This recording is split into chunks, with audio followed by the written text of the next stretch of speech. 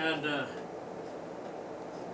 he assigned me a portion of that ship, and he assigned another guy a portion, and others until he had it all covered with guards. And it was just pouring down rain one night, and I had 12 guards to place them there. I went to the first place, and it was just pouring down rain. I told them, I said, "Now, I'm going to put you here. If you disappear, I don't care whether you leave or not myself. But they said, you better stay here you'll be in trouble with the army." I went to all 12 of them, put a man on each post. And I told most of them, I said, I wouldn't stay out here myself either. I'd be court-martialed before I'd stay out here in the rain. And I didn't know what they'd liable to do. So I come on back, and here come the officer of the guard in there that night, about midnight. It just poured down rain out there. We were way out in the middle of the ocean. And he said, "Let's go check your guards." I said, "No use to. It's raining. You can't get to them out there like that." And he said, "I said, let's go check your guards." I said, "All right, let's go check them." He hadn't been out yet. He opened that outside door to go out, and it just poured down rain. The wind was so strong it knocked him down. The water was on the floor, and he got all wet, and his uniform he looked like it fell in the lake himself. And I couldn't help but laugh. There he lay on the floor, all pouring around in the water, about 2 inches on the deck, you know. And he heard me laugh, and he said something about don't laugh at me or something. I said, "Well, you'd laugh at me. If I was down there and you was up here, you'd laugh at me." "I know you would. Don't say you wouldn't." So it got up, we went on, checked every post, it was just pouring down rain. Didn't find the first guard. They all went in and started raining. They quit. They went down, went to bed. And he said, "Where's your guard? Where's your guard?" Well, he couldn't find any of them. I said, "Sir, I told them that one." I said, "You wouldn't stay out here. They're dumb. Here it's pouring down rain. You can't even see one another for the rain." And It might get worse. and It might get worse, Doctor. yeah, and I said, "Now, you want to do something about it, you go ahead. You want to court-martial me, go ahead. I don't care what you do, but I'm going to tell you like it is. You may not want to hear it." But I told him, I said, "Now this," and when that water knocked him down, that tickled me, though. He got wet all over and come back out of there, come to the guard room, and it was nice and calm and in there, you know. "You just do what you want to do." He said, "Let's just call the whole thing off." When did you get promoted to corporal? Was it in basic training, or was it over in Germany? After basic, and well, In Germany. yeah, when first we got to Germany, yeah, right after camp, I knew we went to Germany. When we got in Germany, I think it was, and cause we're in basic training, you're a corporal, not a corporal, but a private. And we got over there then, had to go into France, get off of the ship in Le Havre, France. Then we had to ride boxcars. Boxcars off a train, old boxcars off a train were sitting on the tracks, and we had to load up this train, old freight train or something, with ourselves and our bags, our equipment, everything we had. And the car that put me in had the K ration stacked up almost to the ceiling in it. and you had to sleep the best way you could. Lay down on the floor, and it was dirty as the ground. Either you tear your bags open and get a blanket out, or either just lay down the way you are. And I remember I stood up most of the time, was propping up on their junk, going across France. That I'm talking about 5 days going through that mess. Finally got into Germany. They told us that now when you get into Germany over here, and forgot the name of the place, we're gonna have a hot chicken supper waiting on you. Not the last time you ever heard that, was it? And no, man, we couldn't wait. We thought they was telling the truth. And everybody, we couldn't wait. They hadn't eaten nothing but old K rations for over a week, and nowhere to bathe and clean up like you ought to. And finally got over to that place. That was a beautiful house over it, lighted up or lit up with all kind of beautiful lights and all. We said, well, here's where we get that chicken supper. Went in the back door and they threw a K ration at you, and you went out the front door, loaded on trucks. They were sitting there waiting on you. You had to get on their trucks and then went from there to Nuremberg, Germany. That night, yeah. We get into Germany or Nuremberg after midnight. And boy, they was a bunch of mad soldiers that didn't get that hot supper. They didn't get nothing but a bunch of junk to eat in K ration. Well, then in Nuremberg, we had to get places to sleep there. It's a pretty good sized place. And so many had to be counted out and go in one room. There's so many beds and all, and had to do all that at night. It was aggravating. But they finally got it all ironed out, I think. Then you go to bed and sleep and get up, and then you got to go do whatever the work you're assigned to do. They had Jeep drivers. All they would do was drive Jeeps for the brass, captains and lieutenants and colonels and so on like that. They had special jobs for some of them. And got into the prison. It was a pretty good sized prison. And well, as I remember, it was about 3 different tiers high. One of them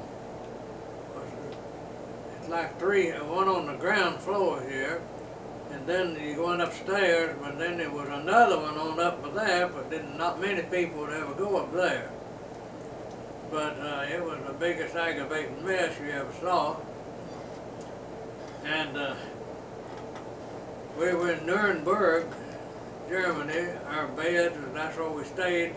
They'd load us on trucks and drive out to the prison, which was several miles from where we were, a couple miles or something like that. Get out there to the prison.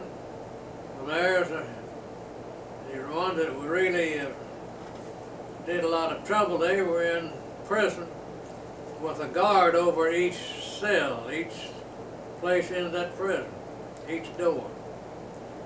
And get in there, and like the first Hess, H-E-S-S, one that a lot of people knew, and Hess was the first prisoner. Then over here in the cell, Hess wasn't in the cell to stay. He was just sort of a freeloader. He could go where he wanted to. But there was Gurn, Hess, Ribbentrop. These are names of some of the criminals. Gurn, Hess, Ribbentrop, Keitel, Jodl, Funk, Rader, Spear. I remember those names, and pulling guard, standing there looking at them all night long. And at least that many of them. A lot of others I don't remember their names. And pull guard all night. The next morning then, well, another guard would come in and relieve you. You get to go home and eat breakfast and go to bed, rest. And the prison, Nuremberg prison, as you come into the main gate of it, had a wall built all around it. The wall was, oh, I don't know, pretty high, went way up there. And you had to also walk on top of the wall. Had to walk on top of the wall, and you had about 3 or 4 stations up there where you had rails up so you wouldn't walk off, you know. But ever so often there was a place you could stop. You could sit down a little bit if you had on a small thing they had there. But yet there was usually a machine gun, a rifle, a pistol, something close by, or you either had it on you that you could use, and I mean they were loaded, they were ready to go, just in case you have any trouble without any of them. You had the ammunition, you were up there on the wall, you could shoot down, you know. And that went on for a long time, day in, day out, day in and day out. I remember one time I was pulling guard there, and the walkway around the prison where the wall was built for them to walk into the elevators, and the door of the thing was about, it was about 6, 8 inches thick, the door itself. And it had a hole cut in it out of that thick thing, and you'd open that door, now you'd see somebody on the other side, and then you would ask for his ID. You didn't open the door, say, come on in, you didn't do that. You said, let me see your ID. And his pass, if he didn't have a pass, he didn't go in, no matter who he was. So he'd hand you his pass and you'd read it. One day I got one there, and he was a first lieutenant on his cap and all. He was wearing first lieutenant uniform. And get down, he handed me his pass, and his pass said he was a captain. And he stepped aside like he was going to come on around. I said, where are you going? I stepped in front of him. Well, I'm going, here's my pass. I said, you ain't going nowhere. Picked up the telephone and called the guardhouse. I said, come get him. And he said, you're not arresting me, are you? I said, you're already arrested. You might not know it, but you are. What in the world's wrong? I said, well, please explain this. Your head says you're one thing and your hand says you're something else. Now, who are you anyway? I picked up the phone, called the guardhouse. I said, that Sarge, come get him. And he sure did. He said, I'll be there in a little bit. And I don't know still don't know whether he Whatever happened. tried to catch me or not, see. Or if I let him through or something. And he'd have thrown the book at me. But I never heard you mention the elevator.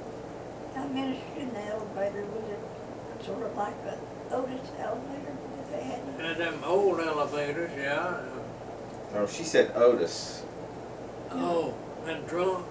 No, Otis, Otis is a that's brand the of name of it. elevator. I don't remember the name of it now. I'll tell you, They it had those might in- seem like they were Otis. I'm not sure. It was familiar. It's from We German. had, when we was on them German things, we elevator. had so much to do. You better look out for who they are and what they're doing there and all that stuff. Make Tell us about your conversations with the prisoners, if you had any, or who you talked to exactly, or. Well, they didn't want you to talk to the prisoners, Right. but you'd slip sometime and you'd cut up with them a little some of them would talk back. How many of them spoke English? I don't know. Several of them did. Now, Rudolph Hess, he could talk English pretty good. Some of them could, but most of them couldn't. And that prison had all kinds of trouble around there sometimes. I know one night they got to cutting up and carrying on or something, and they had to get the captain, that old captain, no, the colonel came in there that night. Oh, he was madder than a hornet. And now what in the world's going on around here? Can't you people follow orders, do what I say do? The colonel was in charge of it. But one of them, he was saying that one night, one of the soldiers said, "Sir, if you don't remember just a little while back, that a little while ago, he wouldn't let us rest. He didn't. He had to fight, you know, he was raised in war for him, had to fight. He wouldn't let us sleep." And he said, "That's beyond the point. Now, that's gone. You forget it. You pull guard like we tell you to do it." He said, "I felt like the guards, and I felt like shooting." But you pull a guard like that. Did you learn any German? No, very little. I didn't know. Anschu. What? Anschu. On shoe. Yeah, I asked him one day, and I picked up a shoe. I said, "What do you call this over here? What is I mean, it?" a glove. A glove. Yeah, I mean a glove, yeah. And well, I picked up a shoe and asked him too, and I couldn't understand the shoe part of it. And they said Honshu. And this was the one that could speak English pretty good. Honshu. Yes. Yeah, Rudolph S., yeah. And then a lot of those prisoners were just happened to get caught, you know, and were in their doings and so on. Did any of them try to kill themselves? Yeah. Yeah. Seemed like, I don't know, it was rumored that one had already done it. I don't know whether they had or not. But some of my other duties there, they, well, the other duties, same, different stuff. One day the phone rang and they answered the phone and Like you said, one day the phone rang.